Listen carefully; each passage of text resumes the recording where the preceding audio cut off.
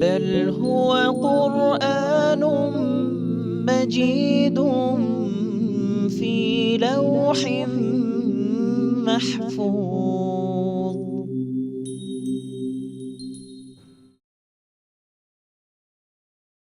بسم الله الرحمن الرحيم. كافها يا عين صاد. ذكر رحمة ربك عبده زكريا إذ نادى ربه نداء خفيا قال رب إني وهن العظم مني واشتعل الرأس شيبا ولم أكن بدعائك رب شقيا وإني خفت الموالي من ورائي وكانت امرأتي عاقرا فهب لي من لدنك وليا يرثني ويرث من آل يعقوب واجعله رب رضيا. يا زكريا إنا نبشرك بغلام اسمه يحيى لم نجعل له من قبل سميا قال رب أنى يكون لي غلام وكانت امرأتي عاقرا وقد بلغت من الكبر عتيا قال كذلك قال ربك هو علي هين وقد خلقتك من قبل ولم تك شيئا قال رب اجعل لي آية قال آيتك ألا تكلم الناس 3 ليال سويا فخرج على قومه من المحراب فأوحى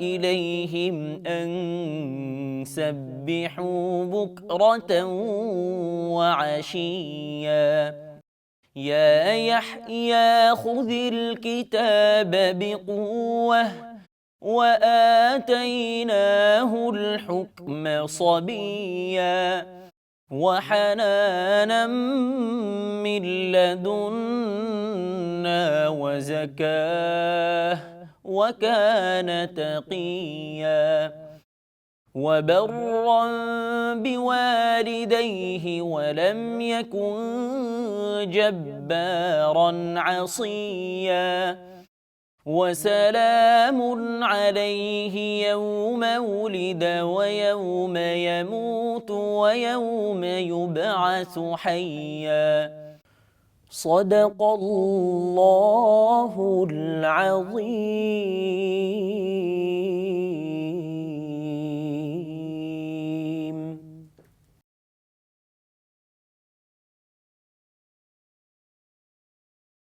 দয়াময় পরম দয়ালু আল্লাহর নামে। কাফ হা ইয়া আইন সোয়াদ। ইহা তোমার প্রতিপালকের অনুগ্রহের বিবরণ তাহার বান্দা জাকারিয়ার প্রতি, যখন সে তাহার প্রতিপালককে আহ্বান করিয়াছিল নিভৃতে। সে বলিয়াছিল, হে আমার রব, আমার অস্থি দুর্বল হইয়াছে, বার্ধক্যে আমার মস্তক শুভ্রোজ্জ্বল হইয়াছে। হে আমার প্রতিপালক, তোমাকে আহ্বান করিয়া আমি কখনো ব্যর্থকাম হই নাই। আমি আশঙ্কা করি আমার পর আমার স্বগোত্রীয়দের সম্পর্কে। আমার স্ত্রী বন্ধা, সুতরাং তুমি তোমার নিকট হইতে আমাকে দান করো উত্তরাধিকারী। যে আমার উত্তরাধিকারিত্ব করিবে এবং উত্তরাধিকারিত্ব করিবে ইয়াকুবের বংশের, এবং হে আমার প্রতিপালক, তাহাকে করিও সন্তোষভাজন। তিনি বলিলেন, হে জাকারিয়া, আমি তোমাকে এক পুত্রের সুসংবাদ দিতেছি, তাহার নাম হইবে ইয়াহিয়া। এই নামে পূর্বে আমি কাহারও নামকরণ করি নাই। সে বলিল, হে আমার প্রতিপালক, কেমন করিয়া আমার পুত্র হইবে, যখন আমার স্ত্রী বন্ধা ও আমি বার্ধক্যের শেষ সীমায় উপনীত? তিনি বলিলেন, এইরূপই হইবে। তোমার প্রতিপালক বলিলেন, ইহা আমার জন্য সহজ সাধ্য। আমি তো পূর্বে তোমাকে সৃষ্টি করিয়াছি, যখন তুমি কিছুই ছিলে না। জাকারিয়া বলিল, হে আমার প্রতিপালক, আমাকে একটি নিদর্শন দাও। তিনি বলিলেন, তোমার নিদর্শন এই যে, তুমি সুস্থ থাকা সত্ত্বেও কাহারও সঙ্গে 3 দিন বাক্যালাপ করিবে না। অতঃপর সে কক্ষ হইতে বাহির হইয়া তাহার সম্প্রদায়ের নিকট আসিল এবং ইঙ্গিতে তাহাদেরকে সকাল সন্ধ্যায় আল্লাহর পবিত্রতা ও মহিমা ঘোষণা করিতে বলিল। হে ইয়াহিয়া, এই কিতাব দৃঢ়তার সঙ্গে গ্রহণ করো। আমি তাহাকে শৈশবেই দান করিয়াছিলাম জ্ঞান, এবং আমার নিকট হইতে হৃদয়ের কোমলতা ও পবিত্রতা। সে ছিল মুত্তাকি, পিতামাতার অনুগত, এবং সে ছিল না উদ্ধত ও অবাধ্য। তাহার প্রতি শান্তি যেদিন সে জন্ম লাভ করে, যেদিন তাহার মৃত্যু হইবে, এবং যেদিন সে জীবিত অবস্থায় উত্থিত হইবে।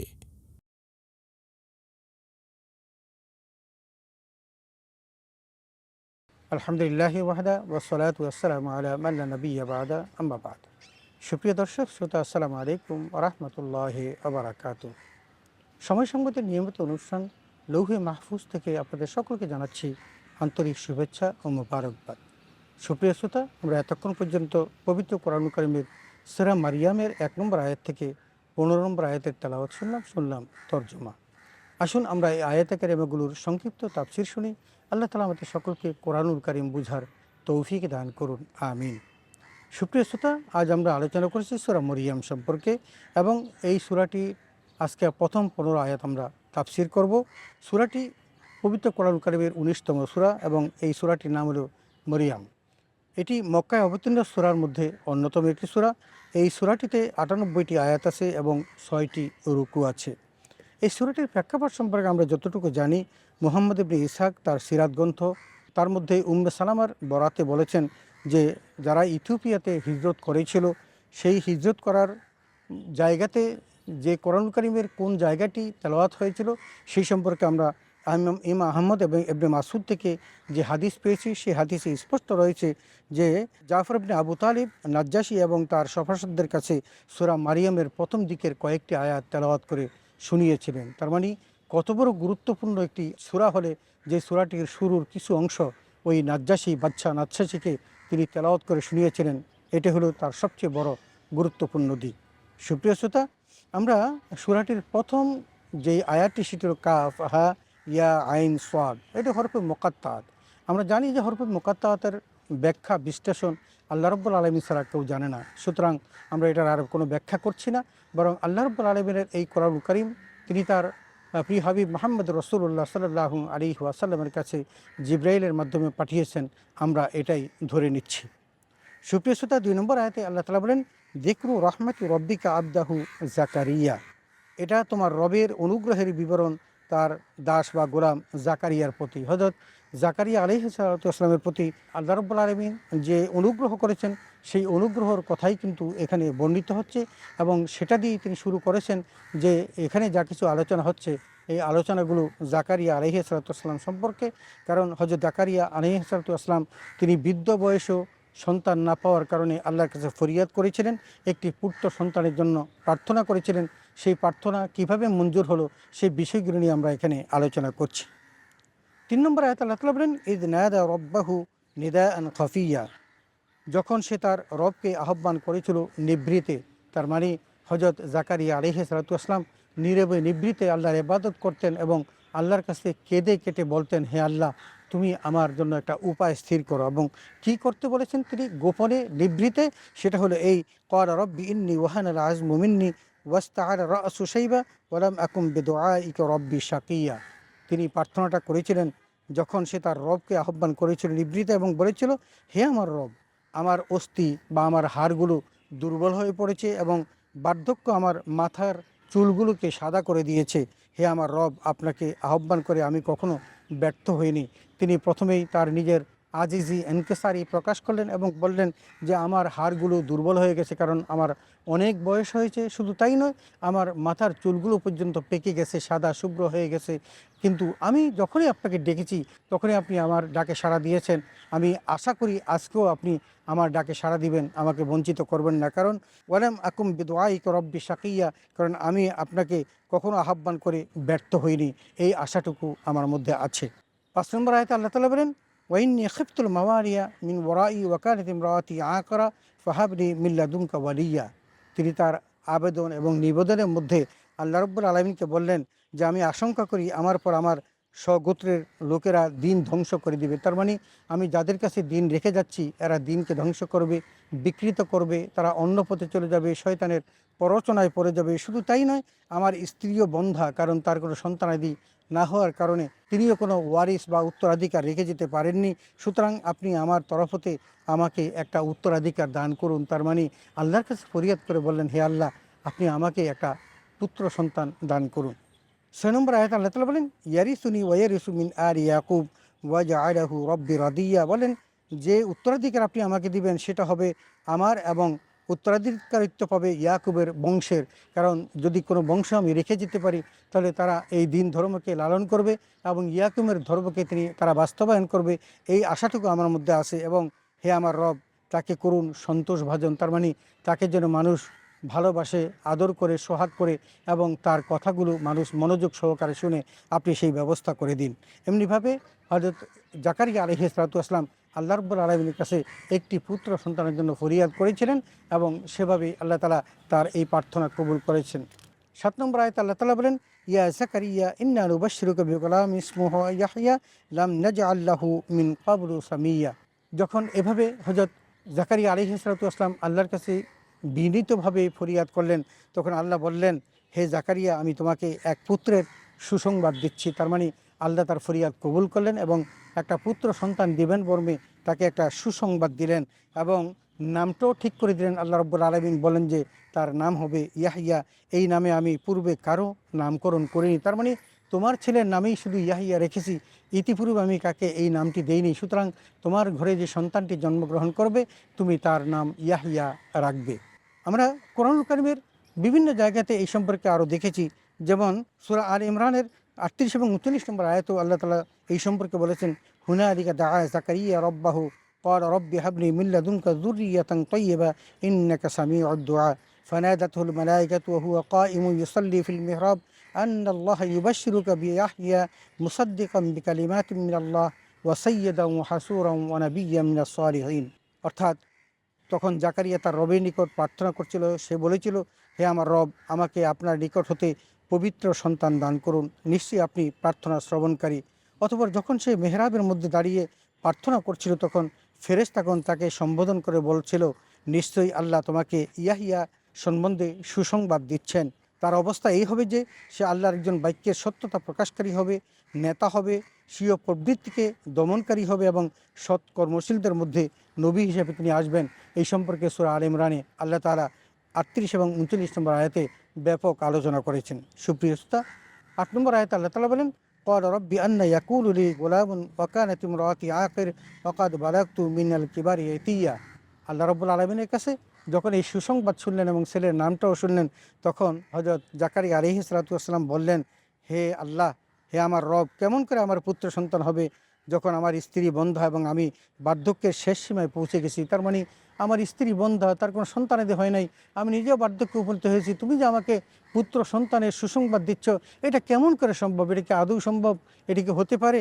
তখন ৯ নম্বর আয়াতে আল্লাহ তাআলা বলেন, ক্বালা কাযালিকা ক্বালা রব্বুকা হুয়া আলাইয়া হাইয়্যিন ওয়া ক্বাদ খালাকতুকা মিন ক্বাবলু ওয়া লাম তাকু শাইয়্যা। আল্লাহ তাআলা বলেন এরূপ হবে, তোমার রব বললেন এটা আমার জন্য সহজসাধ্য, আমি তো পূর্বে তোমাকে সৃষ্টি করেছি যখন তুমি কিছুই ছিলে না।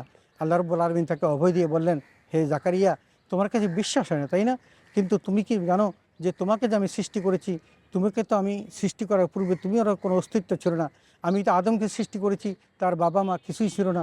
সুতরাং আমি তোমাকে তোমার সন্তান দিতে পারি, তোমার স্ত্রী বার্ধক্যে উপনীত হলেও যে আমি দিতে পারি, সেই শক্তি তো আল্লাহ তাআলা আমি আল্লাহ রাখি। সুতরাং তুমি এই ব্যাপারে কোনো চিন্তা করবে না।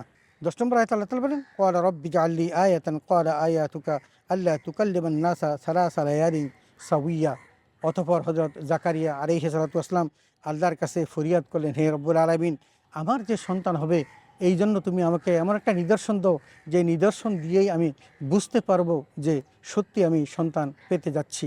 এগুলো হলো আল্লাহ তার প্রিয় বান্দাদের সাথে যেই সংলাপগুলো করেন, এগুলো সন্দেহের বিষয় নয়, বরং ঈমানকে আরও পাকাপোক্ত করার জন্য। সেখানে তিনি যেটা বললেন, জাকারিয়া বলল, হে আমার রব, আমাকে একটি নিদর্শন দিন। তিনি বললেন, তোমার নিদর্শনে যে তুমি সুস্থাবস্থায় কারোর সাথে 3 দিন বাক্যালাপ করবে না। হযরত জাকারিয়াকে আল্লাহ তাআলা বললেন যে তুমি তো কথা বলো, তুমি তো সুস্থ মানুষ, তুমি সবার সাথে দিনের দাওয়াত দিতে পারো, কিন্তু তোমার জন্য নিদর্শন হলো তুমি আগামী 3 দিন কোনো কথা বলতে পারবে না, তুমি ইশারাতে কথা বলবে। তোমার জবান আছে সত্যি, কিন্তু তুমি কথা বলতে পারবে না। এটা যখন তুমি দেখবে তখন তুমি বুঝতে পারবে যে তোমার ঘরে আল্লাহ তাআলা একটা পুত্র সন্তান দান করবেন। 11 নম্বর আয়াতে আল্লাহ তাআলা বলেন, ফাখরাজা আলা কওমিহি মিনাল মিহরাবে ফাআওহা ইলাইহিম আন সাব্বিহু বুকরাতাম ওয়া আশিয়্যা। অতঃপর সে কক্ষ হতে বের হয়ে তার সম্প্রদায়ের নিকট এলো এবং ইঙ্গিতে তাদেরকে সকাল সন্ধ্যায় পবিত্রতা ও মহিমা বর্ণনা করার জন্য বলল। হযরত জাকারিয়া আলাইহিস সালাতু ওয়াস সালাম একটা মেহরাবের মধ্যে থাকতেন, তিনি সেখান থেকে আসলেন, এসে তার ওই উম্মতদেরকে আল্লাহর প্রশংসা তাসবিহ পাঠ করার জন্য সকাল ও সন্ধ্যায় বললেন। কারণ দোয়া কবুলের শর্ত হলো এগুলো। এবং আমরা কোরআন কারীমে অন্যত্র দেখেছি আল্লাহ বলছেন, রব্বি আরিনি কাইফা তুহয়িল মাউতা ক্বালা আওয়ালাম তুমিন ক্বালা বালা ওয়ালাকিন লিয়াতমাইন্না কলবি। হযরত ইব্রাহিম আলাইহিস সালাতু ওয়াস সালামও কিন্তু আল্লাহকে প্রশ্ন করেছেন, হে আমার রব, আপনি কিভাবে মৃতকে জীবিত করেন, আমাকে একটু দেখান। আল্লাহ বললেন, তোমার কি বিশ্বাস হয় না? তখন সে বলল, হ্যাঁ আল্লাহ, আমার তো বিশ্বাস হয়, কিন্তু আমি আমার অন্তরকে পরিতৃপ্ত করতে চাই। সূরা মরিয়মের 260 নম্বর আয়াতে আমরা দেখেছি হযরত ইব্রাহিমও কিন্তু যেভাবে বলেছিলেন, ঠিক জাকারিয়াও ঠিক তেমনি আল্লাহর কাছে বললেন যে আল্লাহ, তুমি আমাকে সন্তান দিবে, তাহলে আমাকে একটা নিদর্শন দেখাও, যে এই নিদর্শন দেখলে আমি যেন বুঝতে পারি যে আমার সন্তান হবে। তখন আল্লাহ বললেন যে তোমার জবান থাকবে ঠিকই, কিন্তু 3 দিন তুমি কারোর সাথে কথা বলতে পারবে না, তুমি আকারে ইঙ্গিতে ইশারায় কথা বলবে। 12 নম্বর আয়াতে আল্লাহ বলেন, আমি বললাম, হে ইয়াহিয়া, এই কিতাব দৃঢ়তার সাথে গ্রহণ করো, আমি তাকে সুছবি দান করেছিলাম জ্ঞান। সুপ্রিয় শ্রোতা, হযরত ইয়াহিয়া আলাইহিস সালাতু ওয়াস সালামকে আল্লাহ তাআলা একটি পুত্র সন্তান দান করলেন এবং তার নাম রাখা হলো ইয়াহিয়া। এবং তাকে অল্প বয়সে আল্লাহ তাআলা প্রজ্ঞা, বিদ্যা, বুদ্ধি দিয়েছিলেন এবং আল্লাহর পক্ষ থেকে কিতাব দিয়েছিলেন, যাতে করে সে মানুষের কাছে তার এই প্রজ্ঞার দ্বারা দাওয়াতি কাজ আঞ্জাম দিতে পারে। 13 নম্বর আয়াতে আল্লাহ তাআলা বলেন, ওয়া হানানাম মিন লাদুন্না ওয়া যাকাতান ওয়া কানা তাকিয়্যা। এবং আমার নিকট হতে হৃদয়ের কোমলতা এবং পবিত্রতা, সে ছিল সাবধানী। হযরত জাকারিয়া আলাইহিস সালাতু ওয়াস সালামের যে সন্তানটি আল্লাহ তাআলা দিলেন, সেই ইয়াহিয়াকে আল্লাহ তাআলা তার হৃদয়ের কোমলতা দিলেন, পবিত্রতা দিলেন, এবং সে মানুষের প্রতি অত্যন্ত সাবধানী ছিলেন। বাক্যালাপ করতে, কথা বলতে, কোনো আচরণ করতে তিনি সাবধানতার সাথে করতেন। এই গুণগুলো আল্লাহ তাআলা তাকে সুস্পষ্টভাবে দিয়েছিলেন। 14 নম্বর আয়াতে আল্লাহ তাআলা বলেন, ওয়াবাররাম বিওয়ালিদাইহি ওয়া লাম ইয়াকুন জাব্বারান আসিয়্যা। মাতা পিতার অনুগত এবং সে উদ্যত অবাধ্য ছিল না। তার মানে হযরত ইয়াহইয়া আলাইহিস সালাতু ওয়াস সালামের অনেকগুলো গুণ আল্লাহ তাআলা এখানে বর্ণনা করেছেন। তোর মধ্যে 14 নম্বর আয়াতে আল্লাহ তাআলা বলছেন যে হযরত ইয়াহইয়া আলাইহিস সালাতু ওয়াস সালাম তার বাবা মা জাকারিয়ার প্রতি এবং তার মায়ের প্রতি অত্যন্ত অনুগত ছিলেন এবং তিনি উদ্যত ছিলেন এবং কোনো অবাধ্য ছিলেন না, উদ্যত ছিলেন না। তিনি ছিলেন কোমল প্রিয় এবং মার সাথে, বাবার সাথে অত্যন্ত সুন্দর আচরণ করতেন। এই কথাগুলো আল্লাহ নিজেই হযরত ইয়াহইয়া সম্পর্কে বলছেন। সুপ্রিয় শ্রোতা, 15 নম্বর আয়াতে আল্লাহ তাআলা বলেন, ওয়া সালামুন আলাইহি ইয়াওমা বুলিদা ওয়া ইয়াওমা ইয়ামুত ওয়া ইয়াওমা ইউবআসু হাইয়্যা। বলছেন যে তার প্রতি ছিল শান্তি যেদিন সে জন্মগ্রহণ করে, এবং শান্তি যেদিন তার মৃত্যু হয়, এবং যেদিন সে পুনরুজ্জীবিত হবে। আল্লাহ রাব্বুল আলামিন ইয়াহইয়া আলাইহিস সালাতু ওয়াস সালাম সম্পর্কে সুসংবাদ দিচ্ছেন এবং তার শান্তির বার্তা দিচ্ছেন যে তিনি যেদিন জন্মগ্রহণ করেছিলেন, যেদিন তিনি মৃত্যুবরণ করবেন, এবং যেদিন তিনি আবার পুনরুত্থান হবে এই সকল দিনগুলোতে আল্লাহ তার প্রতি সুস্পষ্ট শান্তি বিরাজ করবেন, শান্তি দিবেন। এবং হযরত জাকারিয়া আলাইহিস সালামকে তার চক্ষু শীতলকারী একটি সন্তান ইয়াহিয়া দিয়ে আল্লাহ তাআলা তাকে সাহায্য করেছিলেন এবং তার ফরিয়াদ আল্লাহ কবুল করেছিলেন। সুপ্রিয় দর্শক শ্রোতা, আমরা এতক্ষণ পর্যন্ত পবিত্র কোরআন কারীমের সূরা মারিয়ামের 1 থেকে 15 নম্বর আয়াতের তেলাওয়াত শুনলাম তর্জমা ও তাফসীর। আমরা এখানে হযরত জাকারিয়া আলাইহিস সালাম আল্লাহর কাছে তার পুত্র সন্তানের জন্য প্রার্থনা করেছিলেন, কিভাবে আল্লাহ সেটাকে আবার প্রার্থনা কবুল করলেন এবং তাকে কী নাম দিলেন, এই সকল বিষয় সম্পর্কে জানলাম। এতে আমাদের অন্তর পরিতৃপ্ত হবে, আমাদের ইমানি শক্তি বাড়বে, আমরা আল্লাহর কাছে কিভাবে চাইতে হয় সেই বিষয়গুলো আমরা জানতে পারলাম। এবং হযরত জাকারিয়া যেমনিভাবে আল্লাহর কাছে চেয়ে তার পুত্র সন্তান লাভ করেছেন, আমরাও যেন আমাদের প্রয়োজনীয় যে কোনো জিনিস শুধু একমাত্র আল্লাহর কাছেই চাই, অন্য কারো কাছে না চাই। আমরা যেন তারই সাহায্য কামনা করি। আল্লাহ তাআলা আমাদের সকলকে সে তৌফিক দান করুন, আমিন। ওয়া আখিরু দাওয়ানা আলহামদুলিল্লাহি রাব্বিল আলামিন। আসসালামু আলাইকুম ওয়া রাহমাতুল্লাহি ওয়া বারাকাতুহু।